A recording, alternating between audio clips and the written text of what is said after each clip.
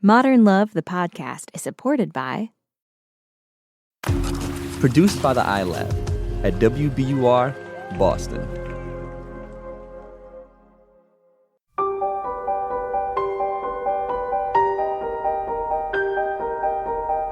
From the New York Times and WBUR Boston, this is Modern Love.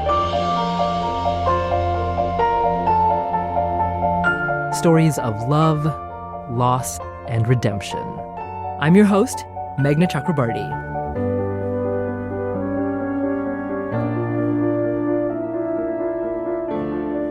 Some modern love stories are timeless, but others belong very much to a particular moment. This week's story, by Aaron Long, is about a biological family that could only exist today. Aaron's essay is read by Kal Penn. He's best known for his work in Harold and Kumar and House, and he's starring now in NBC's Sunnyside, which premieres this Thursday. I didn't meet my girlfriend Jessica until 12 years after our daughter Alice was born. Let me explain. Nearly 25 years ago, I returned from a year of teaching English abroad, moved in with my mother, and, lacking prospects, began driving a cab. One day I saw a newspaper ad seeking healthy men, 18 to 35, to participate in a semen donation program. Donors is the standard industry word, yet virtually all of us are paid. $40 a pop is what I received in 1994. I applied to sell my sperm and sold twice weekly for a year. At the time, I was in a long-distance relationship, so this seemed like a good outlet. When I told my mother, she presciently wondered aloud if this was the only way she was going to have grandchildren. Today, sperm buyers view detailed profiles for potential vendors, whereas I wasn't asked to provide much beyond college major, hobbies, and family health history. Jessica and her partner at the time chose me primarily because I was a writer and musician. After a year of selling my sperm, I went back to giving it away and largely forgot about the whole thing. Occasionally, the subject of whether I had children would come up, and I'd make a joke about probably having a bunch. I had signed a non-disclosure waiver and assumed there would never be a way for my progeny and me to find one another. Then the internet happened. In the early 2000s, I searched online for a way to find my offspring and discovered the Donor Sibling Registry. I didn't see any leads there and never got around to checking back. I had looked way too early. My progeny began to use the site to find each other when they became teenagers in the 2010s. A couple of years ago, I began seeing ads for 23andMe, a service that analyzes your saliva. You spit in a test tube and mail it off for analysis, and provides you with information about ancestry, health, and DNA relatives. The opportunity was obvious, but I assumed the odds of finding my children were low. I procrastinated for months before curiosity and an urge to know them made me order a kit. I got my results back, and boom, I had a son, Bryce. His full name was unusual enough that I easily Googled him, and the picture resembled me enough that I felt confident this senior geography major was mine. Mine? Guessing he had been notified of my existence by 23andMe, I mulled for a week before finally putting fingers to keyboard. Dear Bryce, I wrote, I recently joined 23andMe and found you listed as my son, so I believe myself to be your biological father. I hope my existence isn't a shock and wonder whether you joined in the hopes of connecting with me. My letter continued awkwardly from there, giving him a brief sketch of my life. Bryce replied almost instantly.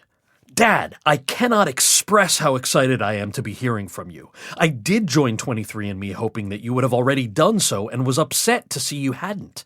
This is amazing, though, and I'm so happy. I'm one of 6 of your children that I'm aware of and in contact with. I'm 20 years old and live on Long Island, but I'm studying in upstate New York. Dad? I was briefly concerned that Bryce might have some fatherly expectations of me and show up on my doorstep, but my worries were unfounded. It's a brave new world, and we're all struggling with the terminology.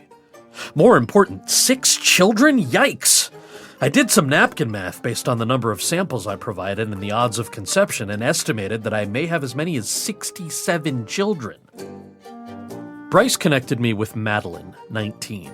Upon viewing her Facebook page, I had my first parental thought ever. My daughter should put some more clothes on.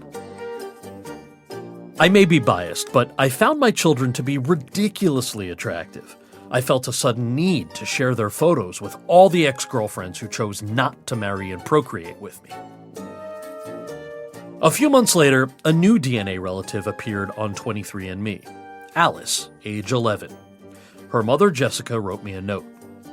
She and her former partner had each given birth to one daughter conceived with my sperm. They broke up years ago, but had been raising both girls together until recently, when the other mother moved away with the daughter she'd given birth to. Jess and I began to chat online. She knew a lot about buying sperm and self-impregnating, which was fascinating for me to learn. As it turns out, it was more difficult than my role, masturbating into a cup.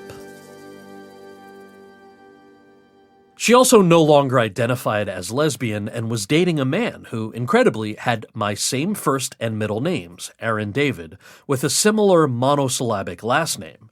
Had there been a mix-up at the Bureau of Boyfriends? Was I the one who was supposed to be dating her? My children and I exchanged written biographies.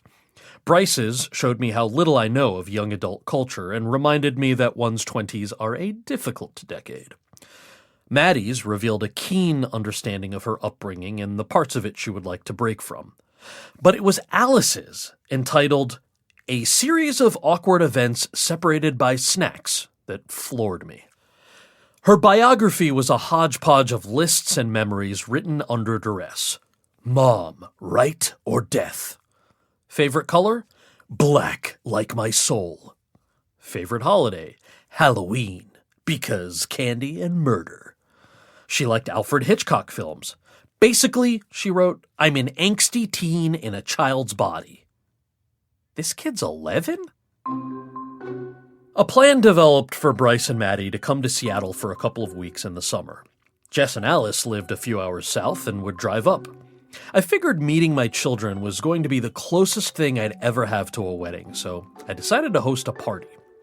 I had told my news to a few people, but most learned of it from the Meet My Kids Party Facebook invitation featuring photos of Bryce, Maddie, and Alice. The shock value was high. Be it genetics, good luck, or force of circumstance, I loved my children right away. They have an uncanny aura of meanness. Bryce is shy but sharp and obsessed with memes in a way I might have been had I grown up Gen Z. Alice has little use for adults, as I still don't. Maddie especially has my sense of humor and eyes. Locking gazes with her makes my brain explode, but then we laugh. At the party, we played a nature versus nurture question and answer game and discovered we were all quite liberal and that none of us believed in God. None of them, however, sleeps with a pillow between their knees, as I have long done. The first time Jess and I found ourselves alone, we hugged at length in a way entirely inappropriate for people who had just met. Jess says I have mannerisms that remind her of both her daughters, and thus felt instantly comfortable with me. Whether we were pawns of fate or unwitting participants in a chromosomally arranged marriage, Jess and I quickly bonded. I deployed my Bureau of Boyfriends mix-up line to a grudging but sweet reception. During the vacation, she and I easily fell into the mom and dad role for Bryce, Maddie, and Alice. We soon had in-jokes and teased each other about our foibles, just like any family. I even gave Bryce and Maddie a lecture about smoking. At the end of the visit, Bryce somehow managed to get Jess and Alice kicked out of the house they were renting by climbing onto the roof to retrieve a toy, so I invited them to stay with me while they figured things out. What Jess soon figured out was that she wanted to keep staying with me. Alice rolled her eyes as if she'd been tricked into a traditional family arrangement. While 23andMe is not generally considered a dating site, Jess and I are grateful to the technology that has made our backward-formed relationship possible. We have a lot of questions about love and genetics and whether we would have felt this connection had we met in a more conventional way. Our bond has survived the how cool is this phase, though we still enjoy cyber monitoring my other progeny and speculating about how many more may emerge. I'm up to 10 now. I've had some contact with the new one's mothers, but haven't made plans to meet yet. Maddie liked the West Coast and us and recently moved into our place. We're hoping to lure Bryce back, too. In the end, the sci-fi trappings of our love story are irrelevant. Jess and I work as a couple because we like spending time together. Suppose it doesn't hurt that I happen to be the father of her child.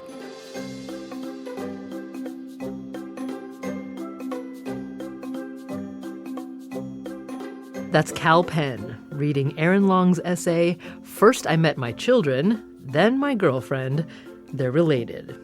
We'll catch up with Aaron and with Jessica after the break.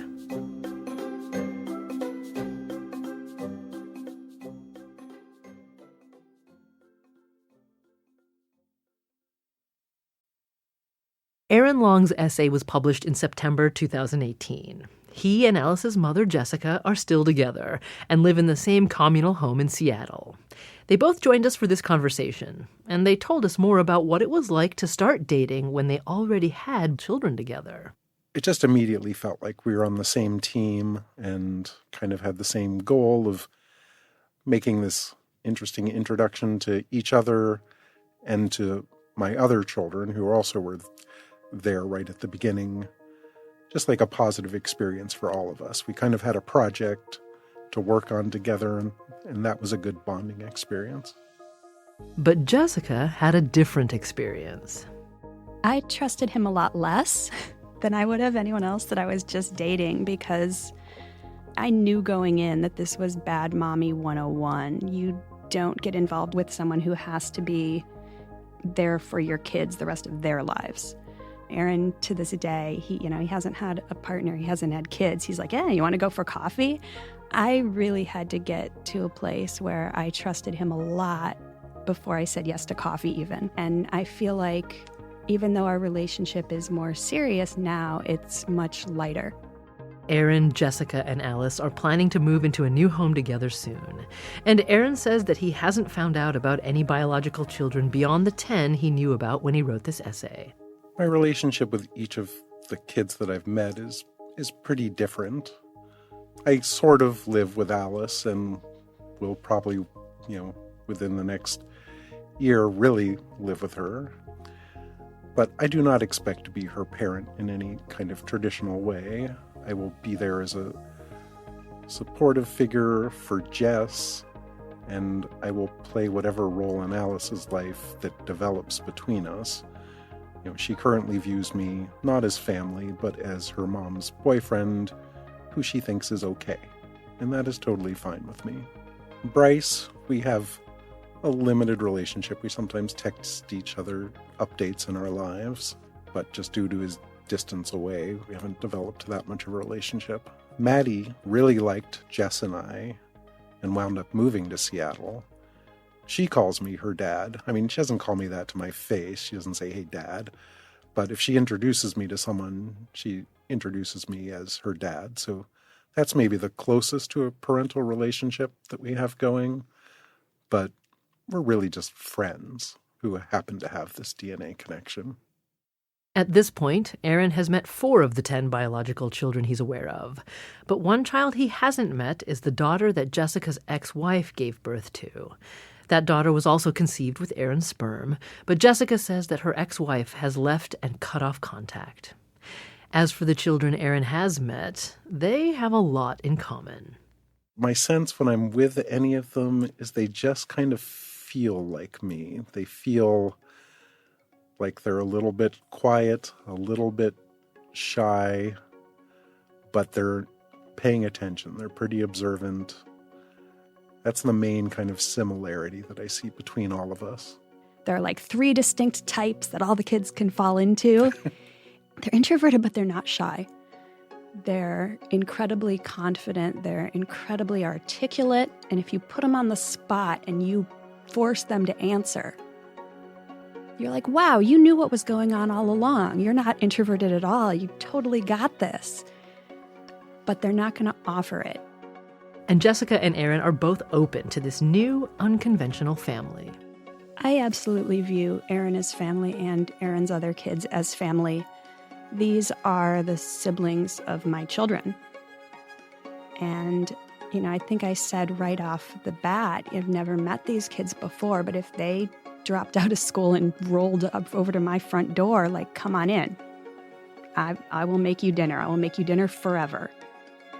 That's Jessica Scher and Aaron Long. They live in Seattle. More after the break.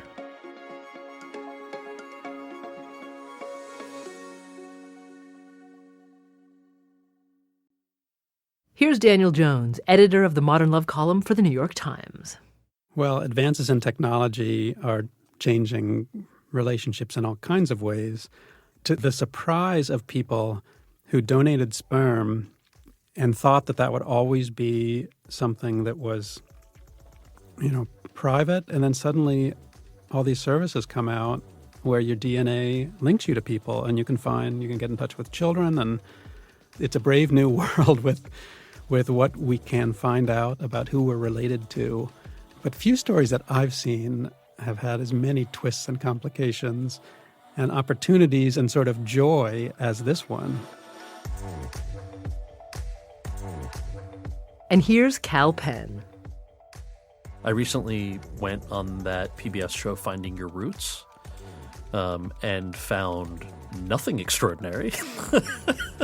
So this story is the exact opposite, where there's a bit of, you spit in a vial genealogy and uncovered a lot. I mean, obviously he knew that he had donated his sperm for a year, so he was hoping to find something specific. But I think that was one of the reasons I gravitated towards it. And then the other is that it's this beautiful definition of family that I think is wonderful and loving, and is a particularly unique story. Thanks to Kal for reading this week's essay. You can see him in Sunnyside on NBC. It premieres this Thursday. Modern Love is a production of the New York Times and WBUR, Boston's NPR station. It's produced, directed, and edited by Caitlin O'Keefe. Original scoring and sound design by Matt Reed. Iris Adler is our executive producer. Daniel Jones is the editor of Modern Love for the New York Times and advisor to the show. Special thanks to Julia Simon, Anya Stremian, and Mia Lee at the New York Times. Additional music courtesy of APM. If you love the podcast, rate us or review us on Apple Podcasts, and tell a friend to subscribe. I'm Meghna Chakrabarti. See you next week.